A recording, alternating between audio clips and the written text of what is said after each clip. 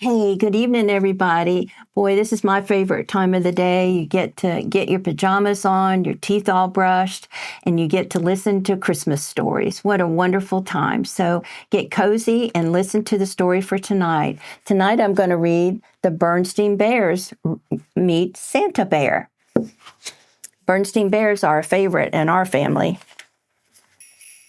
It was just 2 days after Thanksgiving, and the sights and the sound of Christmas could be seen and heard all over Bear Country. Seems to me, said Mama Bear as the Bear family arrived at the Bear Country Mall, that the Christmas season starts earlier every year. Yes, isn't it great, said Papa Bear, admiring the mall decorations. I'm not so sure, sighed Mama. I'm concerned about Brother and Sister Bear. Too much excitement isn't good for cubs. No need to be concerned, said Papa. Brother and sister are good little cubs. I'm sure they'll be calm and sensible about the whole thing. Now, if Papa had looked at brother and sister at that very moment, he wouldn't have been so sure. They were passing the big new toy store, and brother and sister didn't look the least bit calm and sensible. They had just come from watching Saturday morning television, and there had been lots of commercials for the new Christmas toys. Sister had wanted them all. A bear hug teddy that hugged you back when you squeezed it, a ride-on pink pony, a clown face mobile kit, and a giggly goo, a strange substance that you could make into all sorts of funny shapes. There had been some things that had excited Brother, too, especially a remote control robot that could stand on its head and a dinosaur molding kit. And there they were, right in the toy store window, plus a lot more. Sister was so excited she was practically jumping up and down. And when Brother read a sign saying, Santa Bear is coming to the mall to meet all his cub friends, she got even more excited. Santa Bear, she cried. Oh, Mama, may I please meet Santa Bear? Please, may I please? In good time, said Mama, sighing again. Calm and sensible, eh? She said, looking at Papa. Sister Bear could hardly wait to start her Christmas list. She needed a little help from Brother with the hard words, but she didn't need any help thinking of things she wanted for Christmas. Over the next few days, the sights and sounds of Christmas became stronger and stronger, and Sister's list grew longer and longer. After a while, it looked like this. To see the rest of Sister's list, please turn the page. You know, warned Brother, if your list is too long, Santa Bear might think you're greedy and not bring you anything. Sister hadn't thought about that. Santa Bear has a lot of cubs besides you to think about, all the cubs in the world. She hadn't thought of that either. As she looked at her long list, she began to get a little nervous. Have you ever met Santa Bear? She asked Brother. Sure, answered Brother, who was finishing up his list, which was very short. A couple of years ago, he asked if I'd been good, and I told him what I wanted for Christmas and gave him my list, and that was that. It was fun. Now Sister Bear was really nervous. She thought of all the times she hadn't exactly been good. The time she and Brother had gotten into a fight and shouted at each other. The time Mama's best lamp had gotten broken and they told a big lie. And the time they had let their room get so messy that Mama had to threaten to throw away all their toys. Oh, I wouldn't worry about those times, said Mama, giving Sister a little hug. Santa Bear doesn't expect cubs to be perfect, just good. And then she said, I hope you have your list ready because tomorrow's the day you are going to meet Santa Bear. Sister gulped. It's almost ready, she said, but what about your list for Santa, yours and Papa's? "Don't worry about that, sweetie," said Papa. "Santa Bear isn't for grown-ups. He's just for cubs." "Psst," whispered Brother. "Presents for Mama and Papa is our job, silly.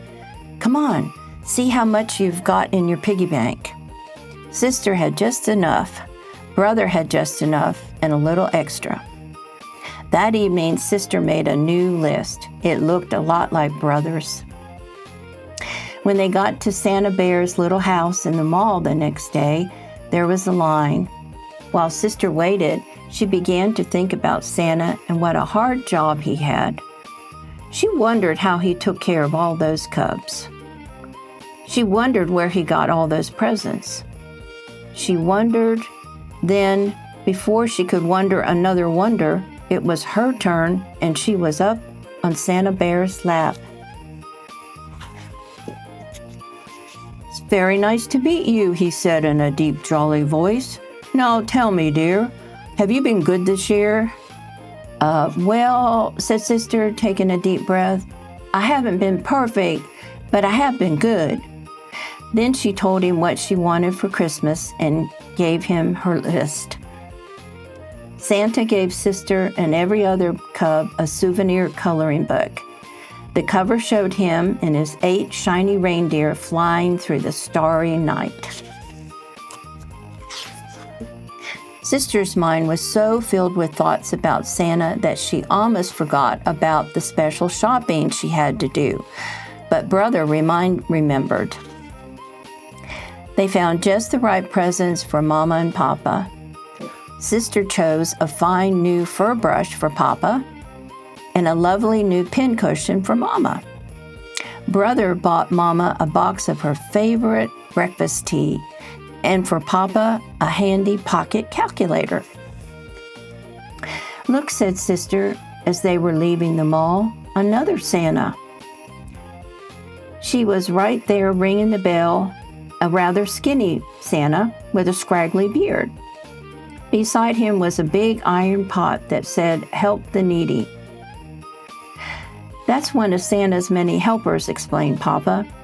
"His job is to collect money to help the needy. Birds who need seed, squirrels who didn't put aside enough nuts for winter. The bear family all put money in the pot. Sister had spent all of hers and had to borrow some from Mama."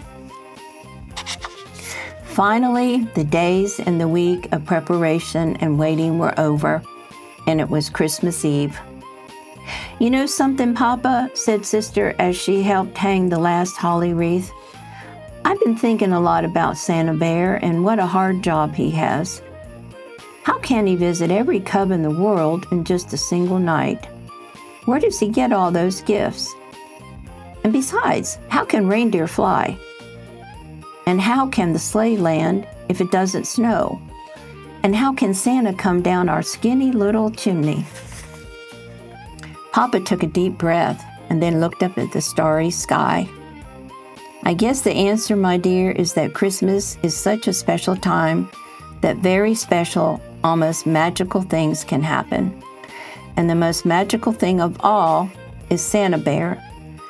I say he has the best job in the whole world, because the joy of giving is what Christmas is all about." "I suppose," said Sister, "that Santa could just skip the chimney and come in the front door." "I suppose," said Papa. Then before she went in, she took one last look at the starry sky. But it had clouded over, and now instead of stars, there were snowflakes. Thousands and thousands of small, silent snowflakes.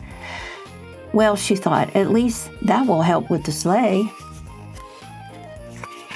When Sister woke up on Christmas morning, Bear Country was covered with a beautiful blanket of snow, and the floor beneath the bear's Christmas tree was covered with piles of beautiful presents. What fun, what excitement, what shouting. Then, when the excitement and the shouting were over, the cubs watched Mama and Papa open their presents. "What lovely, thoughtful gifts," said Mama. "Just what I wanted," said Papa. It was a very special moment.